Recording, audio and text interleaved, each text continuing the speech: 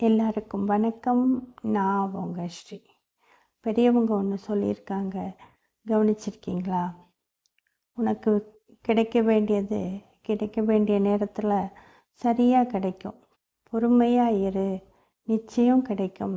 ஒரு நாள் கட்டாயம் கிடைக்கும்னு சொல்லுவாங்க.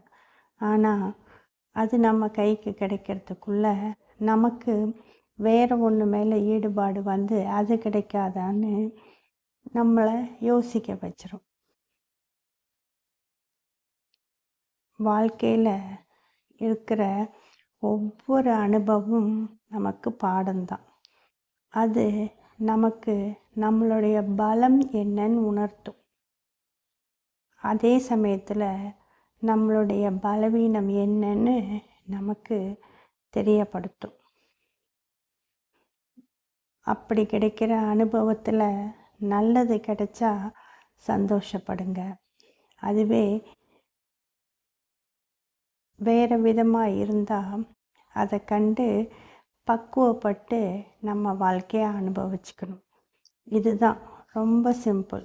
வாழ்க்கை கஷ்டமானது இல்லை, ரொம்ப சிம்பிள். நன்றி.